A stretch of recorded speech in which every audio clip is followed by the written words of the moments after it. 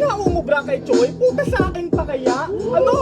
Itong kalaban ko kaumay, pag nagara parang nanunumbat ng kapitbahay. Feeling magaling pero wala namang husay. Etong gustong makabawi, babawi ako ng buhay. Huwag kang feeling magaling, semis ka lang tol pero yung linya wak pa rin. Attendance ang lapang mo, di mo ba napapansin? Nagyayabang na ng attendance yung walang nararating. Buong kami ng trato, kitang-kita nyo naman paano ko inabuso. Etong choker dadanasin matinding pagkabigo. Etong choker maglalako pag dila mo ng buo. Shit. Kapag dila mo ng buo. Shit. Kapag dila mo ng buo.